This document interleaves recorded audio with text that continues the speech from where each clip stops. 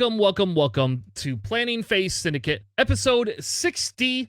Yes. Let's talk about cards that we want to see possibly go up, possibly not go up, come down. Let's kind of start there, and I have B-Wings up, but we don't really have to talk about B-Wings. That's not the intent. I just wanted to test it. I forgot to clear my cache. Let's move on to Scum.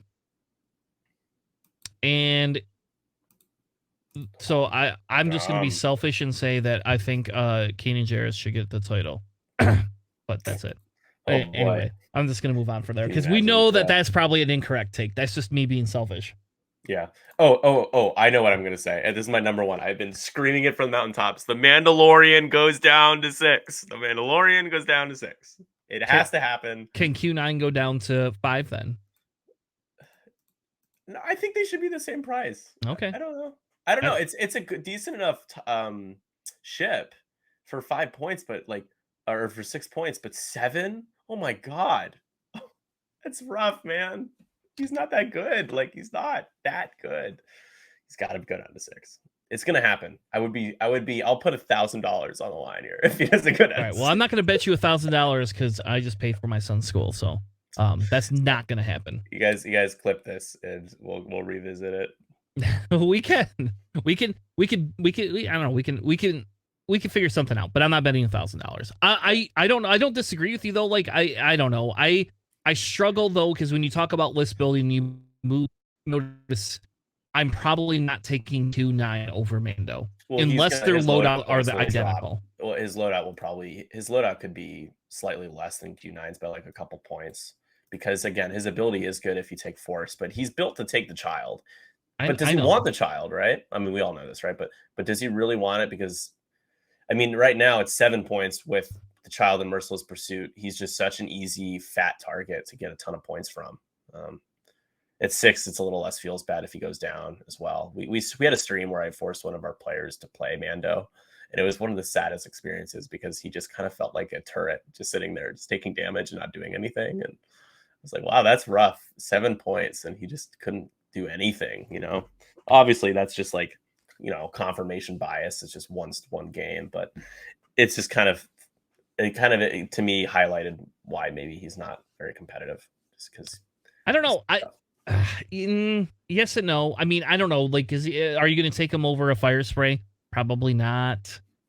I don't know. How about this? I will tell you that a guy from our local, Brendan, has a pretty amazing build with Manaru, Mando, some stupid N3A that I hate that takes an ion cannon, and something else. And it worked pretty well. He went 3-0 and then lost his last 2 games, and he had Mando in that list. I think you have to be careful. I don't disagree though. In Scum, we just have to be careful because we don't want people running Fire Spray, Mando, and then now we've got 5 points. Yeah, but why not? Why didn't he fly Q9 if he's the same initiative, right? Because Mando did more work with the loadout than Q9 did. Okay.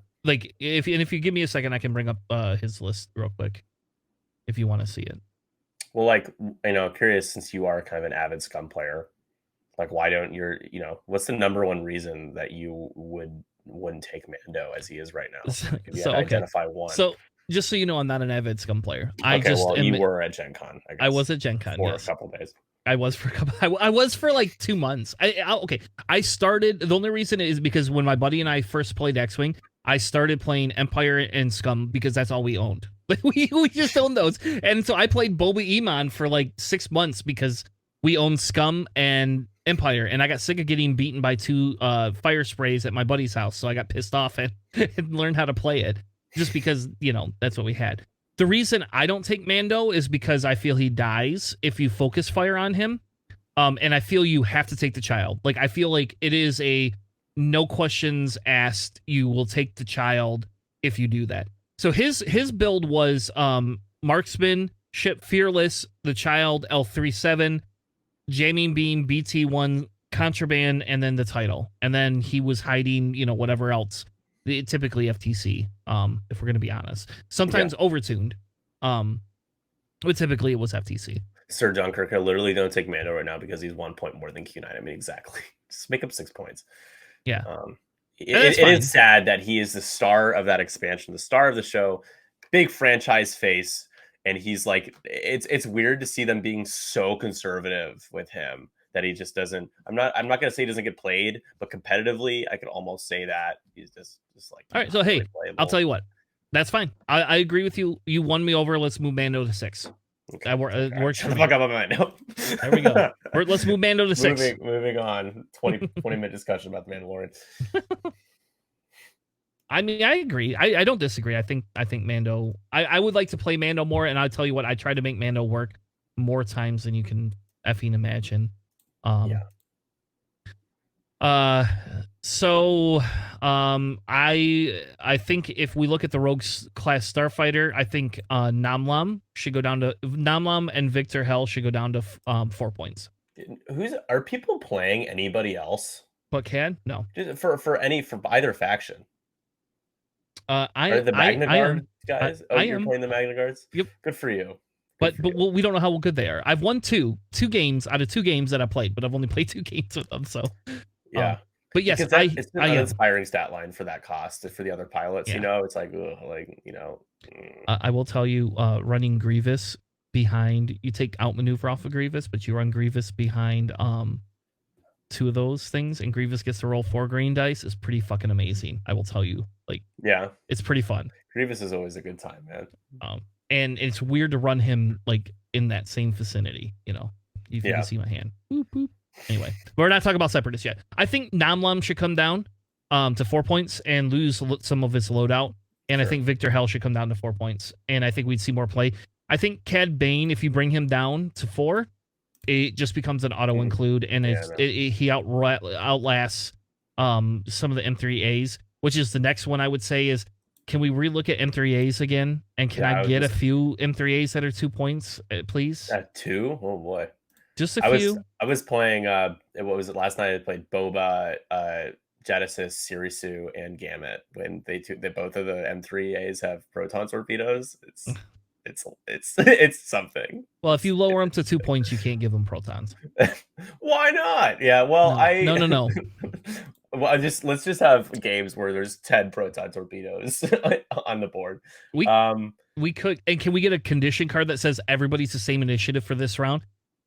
So can I divert for a second? Can I just divert? Because that's what I'm a tangent. If you didn't know that, if you didn't know this about me, I'm a tangent-y person. So there's this game that I bought called Eshtetan.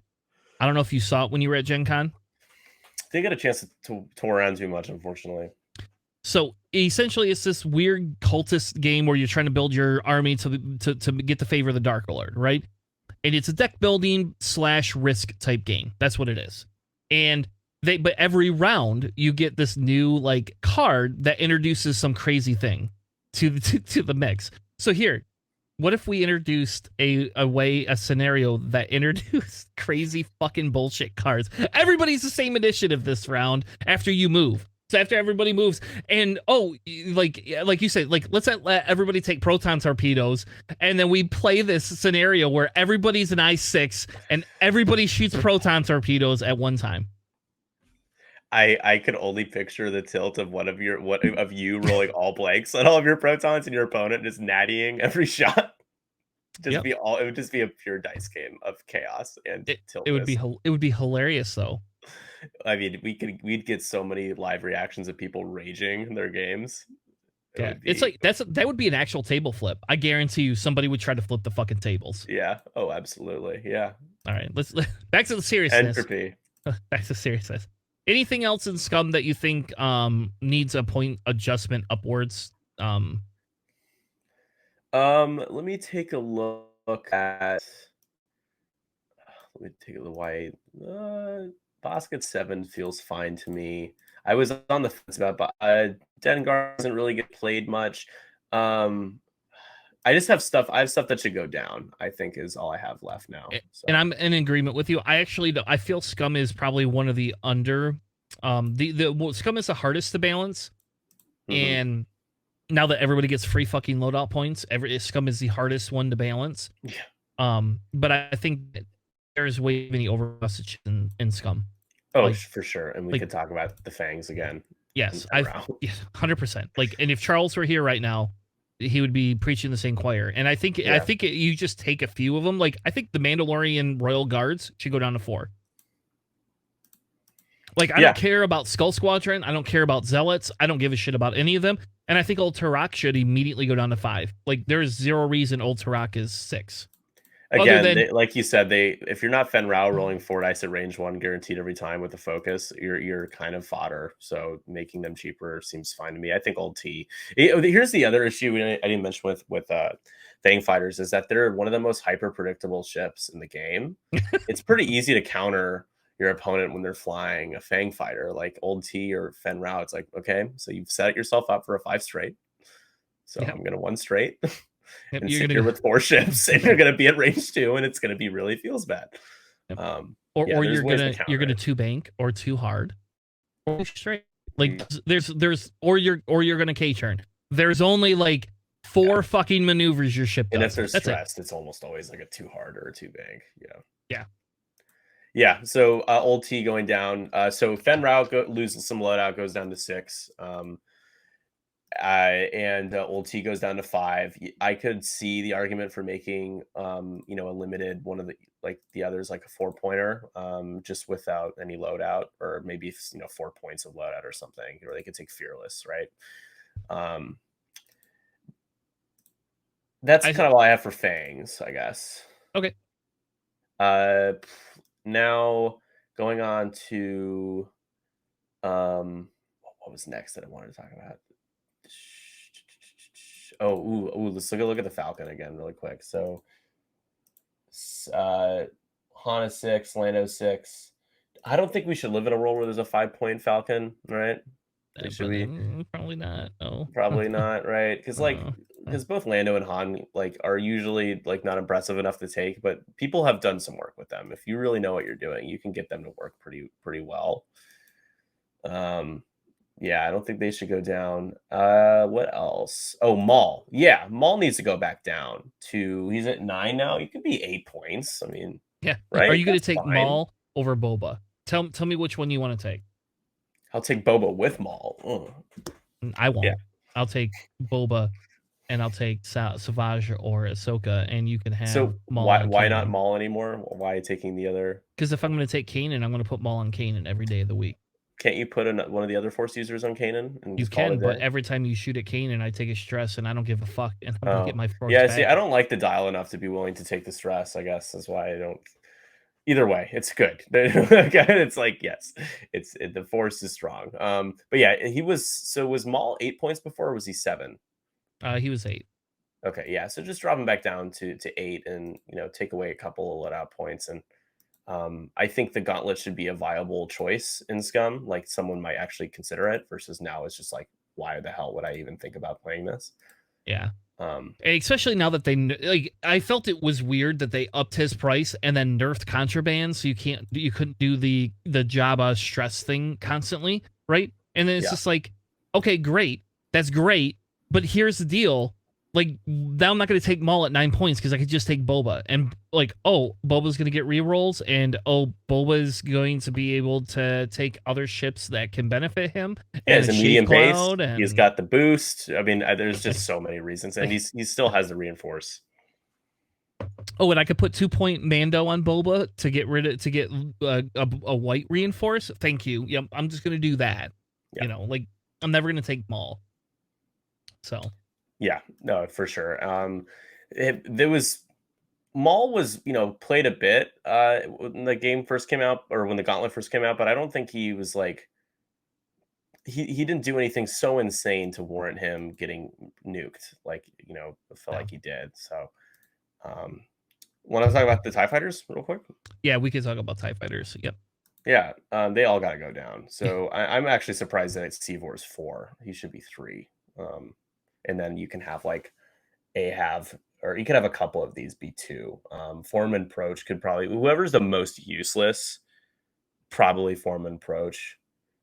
Could go down to 2 points for 4 loadout or something. Or the generics, right? How about this? Yeah. I don't even know why Ahav went up to 3. I don't even know. You could make all of them except for Seevor 2 points, and it would be inconsequential, right? I'm trying to understand the thought process of them being like, well, we got to obviously make the Scum TIE Fighters 3 points, but make the Imperial TIE Fighters, which is better, 2 points. It's like, what? And it makes multiple of them. Like, but Night Beast went up to 3 points. And I'm like, what up? What did Night Beast do to you guys? Like, none of it made sense, man. Yeah, so I agree. Just make them all 2 points, except for Seevor, and leave Seevor at 3. Yep. And if you want to knock their loadout down, I don't give a shit what you do. You knock it down to 2 or 3 points, and we move on. You know, like how about this? If you give me more TIE fighters that can fly through obstacles, I'm going to play them. Like, I like that ability personally. Yeah. I agree. I was just taking a look at the Hawks, and I don't think the Hawks are. I think the Hawks are priced fine. I think Dace Bone Arm could probably be 4, right? Because Dace isn't like that good, is he? Yes and no. I don't think so. So the answer is yes. He can be. He can be oppressive. I think you take if you move him to 4, you take the title away, and then you're fine. He can take Moldy Crow. Yeah. Yep. Oh, I thought only Paylob could. Nope. I thought so too, but I guess not. So at least according to Yatsby. Oh yeah, that's weird. I didn't know he could take it. Interesting. Yeah, because him and Paylob. Well, that changes my mind. Then I thought he couldn't. I was surprised at 5. If he didn't have Moldy Crow, why he'd be 5. But yeah, I still say take Moldy Crow away and put him at 4. And yeah, like for sure. Except for, again, it is a feels bad if you run in that list to run Ions. Like if you move him to 4, he's a good competitor for do you really want Gamut? You know, like, could you just figure out how to rearrange your, especially if you give me 2-point TIE fighters? Yeah. I don't know. I think you take the title away and move him to 4. I think that's what you do, and we see how it flushes out in the meta. Do we see a bigger ionizing meta? Ionine? I don't even know how you say that. I mean, there's so many options in Scum, but there's really only like 4 or 5 actual choices, right? Like right now, like the Y-Wings, throw those out the window. The Falcon, as far as I'm concerned, throw it out the window. Like, you want to win. You want to win games. And a lot of the options in Scum, like you mentioned how it's hard to balance them. So, keeping that in mind, like fire stations right, creme de la creme at the top, right? And then you build around maybe, the Mandalorian's ship, the ST-70, the Rogue. I mean, I had maybe the new Rogue class starfighters, but I feel like they're more viable and separatist. I don't know. You know more about that than me. The Jumpmaster, I mean, Manaru was getting played, not as much anymore because of the nerf there. Dengar, I don't see Dengar. So Dengar just because Dengar is predictable and you can block him. Like, the problem is if you lower Dengar's points with his double tap, like, he's a monster. He's a problem. Yeah, that's because Proton torpedoes and Han Gunner is still a thing on him too. Yep. Well, and you can now take Gar Saxon Gunner, right? And I don't know. Like, it's a little bit more. Dengar is the troubling piece of that pie there, right? But like, again, are you going to take Dengar over a fire spray? Yeah, probably not. But I can't. I don't know. Like, I think the reason they raised Manaru is because everybody was taking Manaru. I think you move Tell to 5 and you move Dengar to 6 and drop some of the loadout. But then it doesn't feel thematic because now I'm not taking Dengar with a bunch of shit, Yeah. But yeah, it's impossible to have a high initiative, ship that doesn't have a ton of loadout points, right? Yeah. It's just the formula that we have. The cards we are dealt. Okay, so we talked about I don't know, the Sikhs. I don't really you did mention briefly about making. I'm just teasing. I don't know. Like, you could, if you gave me one that had no loadout and was 2 points, but I guess your point about the TIE fighters just going down 2 points, really just leave the Sikhs where they are for now, and let's adjust TIE fighters and leave Sikhs where they are and call it a day. And I like Genesis is a really frustrating ship to pilot to play right now because there's just way too many I5s and I6s, and coordinating Genesis is so useless. Yep. So it's like, it's tough. And they do really pop. want to get it to work. Look, I'm telling you, they do pop. I don't care what anyone says. Oh, for sure. Leighton is probably one of the best ones at point, because once you shoot, they get a free evade. I feel like Leighton should be 3 because it's very defensive, right? Then you got to take some of that ion away because the ion feeds into Garsactin. Oh, sure. And that's that's the problem is when you allow Leighton to not have to take offensive mods and everything that Leighton takes is a defensive mod, Leighton becomes a monster with that. And think of it, if you could put a tractor token, it's the same thing. Yeah. I don't know. I agree with you that because it is defensive, it would be nicer at 3 points. But I will tell you at 4 points, it's very hard to kill Leighton as it is. So I don't know. Yeah, I think moving on to the Y-Wings, if the Resistance Y-Wings can have the 3-point treatment, I think a few of these deserve the same. I would agree. Yep. Because they're literally unplayable. Awesome. All right. With that being said, thank you all for joining us. We will be back next week, Sunday night, 9 p.m. We're going to be covering all of the different tournaments that are happening next weekend.